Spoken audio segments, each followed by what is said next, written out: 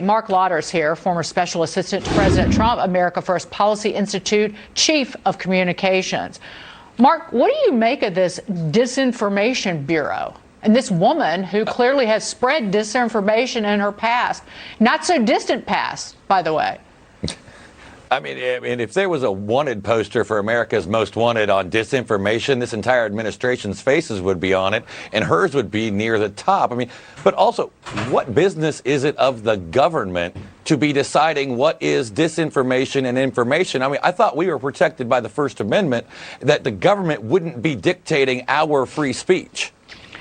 Well, what is she going to crack down on information like this? She's inside the Department of Homeland Security. The fact that there were 221,000 illegal migrant encounters at our southern border in March alone, that's a record. 7,000 a day. Last month, it will go to 18,000 if the Title 42 is lifted. What is she up to, and where is the accountability going to come from?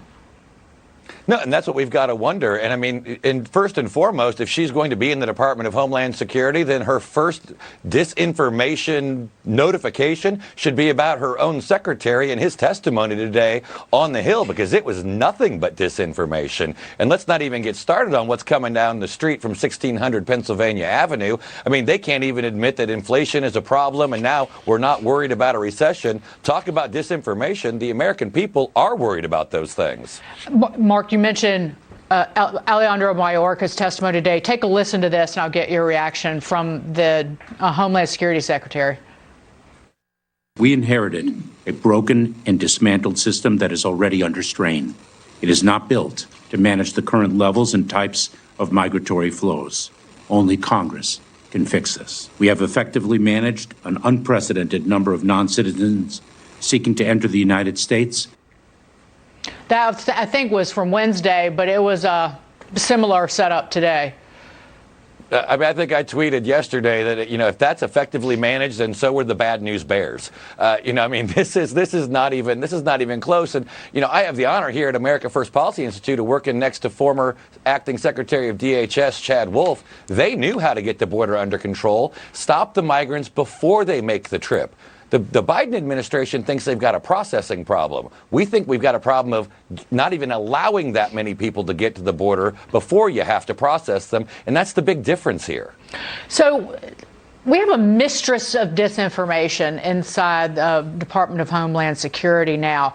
It would seem like, because this is a government bureau agency, that they're really bumping up against abusing the First Amendment or trampling on it.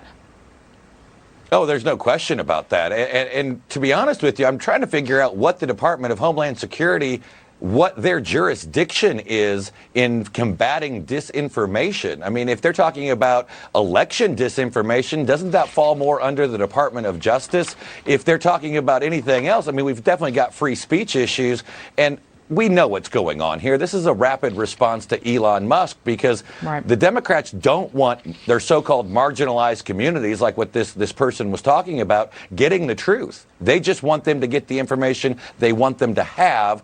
And that's where free speech is coming in, because they know they're losing folks left and right because of all of their other horrible policies. The only way that they're going to try to keep them on their party is to make sure that they don't actually see the truth. They want to censor and control speech for their own benefit, for the benefit of the left, and they're unhinged because conservatives will no longer be silenced by them and will have a voice. Speaking of that, before we go, Steven Crowder, the podcaster, tweeted this today. The government is creating a misinformation governance board. Who else did something like that? Oh, I remember the Nazis. And there's some data showing some interesting things going on post Elon Musk Twitter takeover. And Musk responded, discomforting. Final word to you, Marc. It really is discomforting to see. They don't have a problem with billionaires owning media outlets like Michael Bloomberg or Jeff Bezos. But if one that doesn't agree with them starts to own something, that's the only time the leftists even bother to get worried. They like being able to shut you up when you speak the truth or speak fact, like Hunter Biden's laptop. That was real. Marc Lotter, thank you so much. We know it now. We know it now. We knew it then, Mark. A lot of voters didn't. It's called election interference. Thank you so much, Mark. Good to see you. Thank you.